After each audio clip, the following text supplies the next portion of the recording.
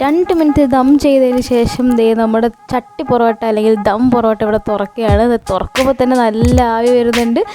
ആ നെയ്യിൻ്റെയും ആ കാഷ്യനട്ടിൻ്റെയും ബീഫിൻ്റെയൊക്കെ മണം അടിപൊളിയായിട്ട് വരുന്നുണ്ട്, സൂപ്പറായിട്ട് വരുന്നുണ്ട്.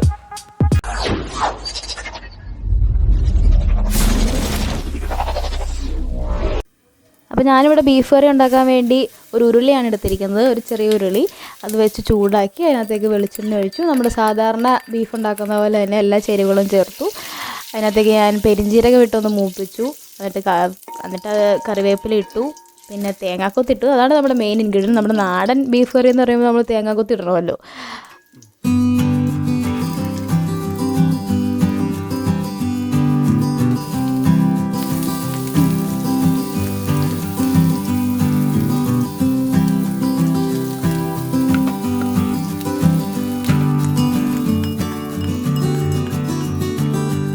പിന്നെ അതിനകത്തേക്ക് ആവശ്യമുള്ള ഇഞ്ചി ഇട്ടു, വെളുത്തുള്ളി ഇട്ടു, സവാള ഇട്ട് മൂപ്പിച്ചു. ഞാൻ പിന്നെ കുഞ്ഞുള്ളി കുറച്ച് യൂസ് ചെയ്തിട്ടുണ്ട്. നമ്മുടെ കുഞ്ഞുള്ളി എപ്പോഴും നമ്മൾ ബീഫ് കറിയിലോ ഏത് കറിയിലോ യൂസ് ചെയ്യുകയാണെങ്കിലും അടിപൊളി ടേസ്റ്റ് ആയിരിക്കും.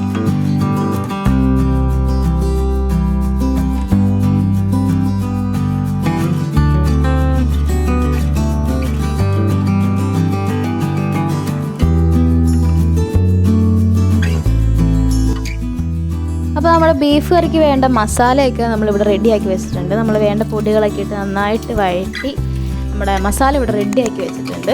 ഇനി അതിനകത്തേക്ക് നമ്മൾ നേരത്തെ വേവിച്ച് വെച്ചിരിക്കുന്ന നമ്മുടെ ബീഫ് ഇട്ട് കൊടുത്തു.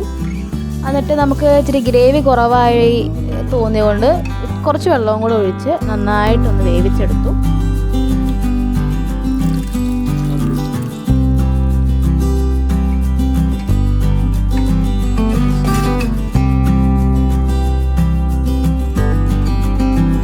ബീഫ് കറി ഇവിടെ റെഡി ആയിട്ടുണ്ട്.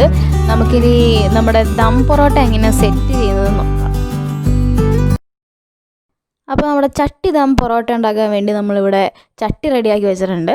നമ്മൾ വീട്ടിലൊക്കെ ഉള്ള മീൻകറിയൊക്കെ ഉണ്ടാക്കാൻ എടുക്കുന്ന നമ്മുടെ ചട്ടി ഒന്ന് ചെറുതായിട്ട് ചൂടാക്കി നമ്മൾ എടുത്തു വെച്ചിട്ടുണ്ട്. അതിനകത്തേക്ക് നമ്മൾ നേരത്തെ വറുത്ത് കോരി വെച്ച കാഷ്നട്ടും മുന്തിരിയൊക്കെ വറുത്ത് കോരി വെച്ച ബാക്കി വന്ന നെയ്യ് അതിനകത്തേക്കൊന്ന് ഗ്രീസ് ചെയ്ത് മൊത്തം ആ ചട്ടി ഫുള്ളൊന്ന് ഗ്രീസ് ചെയ്ത് കൊടുത്തു.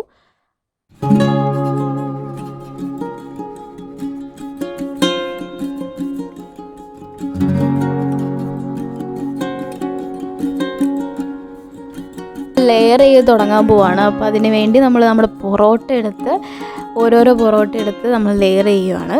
നമ്മൾ 3 പൊറോട്ട എടുത്ത് കവർ ചെയ്ത് ഫുൾ താഴ്ഭാഗം നമ്മുടെ ചട്ടീൻ്റെ താഴ്ഭാഗം ഫുൾ കവർ ചെയ്ത് നമ്മൾ വെച്ച് കൊടുത്തിട്ടുണ്ട്.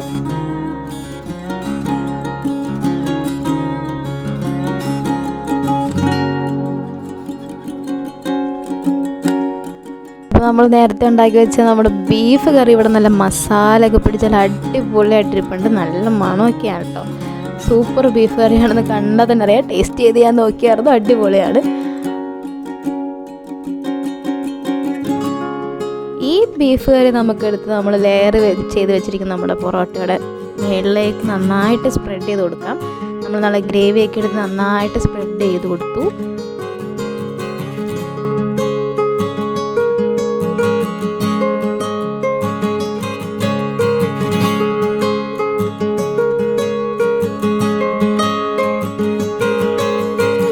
സ്പ്രെഡ് ചെയ്ത ബീഫ് കറീൻ്റെ മുകളിലേക്ക് നമ്മൾ കുറച്ച് സവാള അരിഞ്ഞ് വെച്ചത് നമ്മൾ ഇട്ട് കൊടുത്തു. അപ്പോഴാണ് എനിക്ക് തോന്നിയത് അതിനകത്ത് കുറച്ച് ബീഫിൻ്റെ കഷ്ണം കുറവുള്ള പോലെ. അപ്പോൾ ഞാൻ കുറച്ച് ബീഫിൻ്റെ കഷ്ണം കൂടെ അതിനകത്ത് ഇട്ട് കൊടുത്തു. ഫസ്റ്റ് ലെയർ സെറ്റ് ചെയ്ത പോലെ തന്നെ നമുക്ക് നമ്മുടെ സെക്കൻഡ് ലെയർ സെറ്റ് ചെയ്യാം.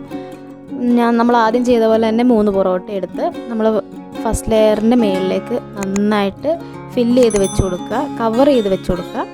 അതിൻ്റെ മുകളിൽ നമ്മൾ ആദ്യം ചെയ്ത പോലെ തന്നെ ബീഫിൻ്റെ ഗ്രേവി ഒഴിച്ചു കൊടുക്കുക.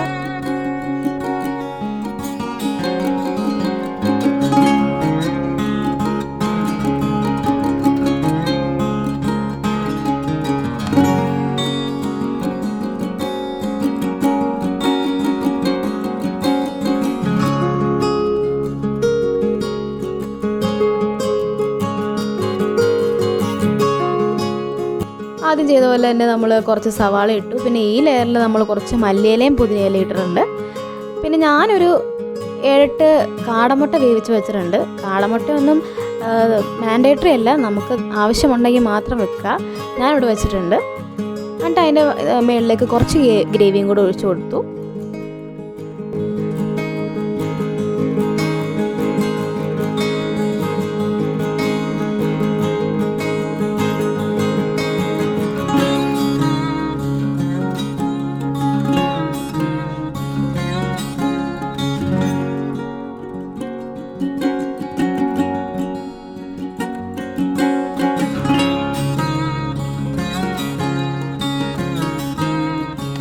നമ്മുടെ ലാസ്റ്റ് ലെയറിലേക്ക് കടന്നു.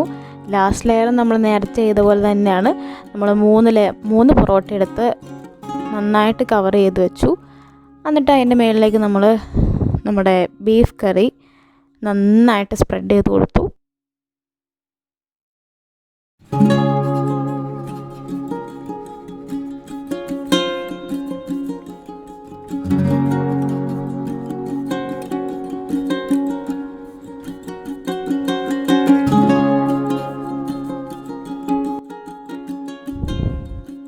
നമ്മൾ സ്പ്രെഡ് ചെയ്ത് നമ്മുടെ ബീഫ് കറീൻ്റെ മുകളിലേക്ക് നമ്മൾ നേരത്തെ പുഴുങ്ങി വെച്ച കോഴിമുട്ടയും ബാക്കി വന്ന നമ്മുടെ കാടമുട്ടയും കൂടെ നമ്മൾ വെച്ച് കൊടുത്തു.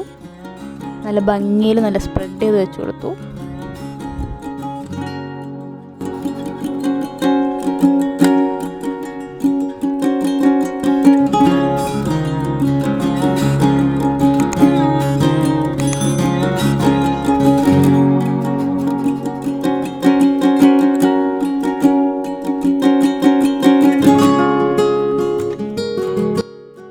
നമ്മൾ ഇതിൻ്റെ മുകളിലേക്ക് നമ്മളെടുത്ത് വെച്ച നേരത്തെ ചെയ്ത പോലെ തന്നെ നമ്മൾ സവാളയും പുതിനയിലയും മല്ലിയിലയും വെതറിട്ട് കൊടുത്തു.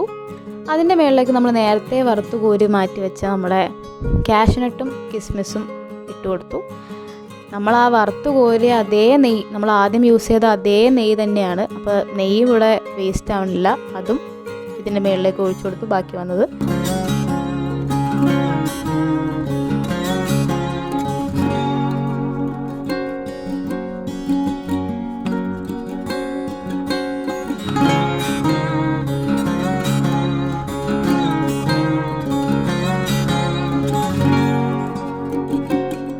പിന്നെ നമ്മൾ നേരത്തെ വാട്ടി വെച്ചിരുന്നു കേട്ടോ നമ്മുടെ വാഴയില. ആ വാഴയില ഇതിൻ്റെ മുകളിലേക്ക് കവർ ചെയ്യാൻ വേണ്ടി വെച്ച് കൊടുത്തു. ഇതാണ് നമ്മുടെ എൻഡ്. നമ്മളിവിടെ സെറ്റ് ചെയ്ത് കഴിഞ്ഞു. ഇനി നമ്മൾ കവർ ചെയ്ത് കെട്ടി വെച്ചാൽ മതി. അപ്പോൾ നമ്മളിവിടെ നമ്മുടെ വാഴയില കവർ ചെയ്ത് കെട്ടാൻ വേണ്ടി യൂസ് ചെയ്ത് നമ്മുടെ വാഴേൻ്റെ നാര് തന്നെയാണ് കേട്ടോ. അപ്പോൾ നമ്മൾ നന്നായിട്ട് കെട്ടി നല്ല ടൈറ്റായിട്ട് കെട്ടി വെച്ചു. ദം ചട്ടി പൊറോട്ട ഇവിടെ റെഡി ആയിട്ടുണ്ട്. നമ്മളൊരു 30 മിനിറ്റ് ഇത് കെട്ടി വെച്ചിട്ടാണ് 30 മിനിറ്റിന് ശേഷമാണ് ഇത് ദം ചെയ്തത്. നമ്മളൊരു 2 മിനിറ്റ് ദം ചെയ്തുള്ളൂ. ഒരു ചെറിയ തീയിലാണ് ദം ചെയ്തത്, അല്ലെങ്കിൽ അടി പിടിക്കും കേട്ടോ. എല്ലാവരും ശ്രദ്ധിക്കണം. ആ തുറക്കുമ്പോൾ തന്നെ നല്ല ആവിയും നല്ല മണവും ആ ബീഫിൻ്റെയും കാഷ്യൂനട്ടിൻ്റെയും നെയ്യിൻ്റെയൊക്കെ മണം അടിപൊളിയായിട്ട് വരുന്നുണ്ട്. സൂപ്പറാണ്. ഇത് കണ്ടാൽ തന്നെ അറിയാം അടിപൊളി ടേസ്റ്റ് ആയിരിക്കുമെന്ന്. എനിക്ക് കൊതിയായിട്ട് പാടില്ല.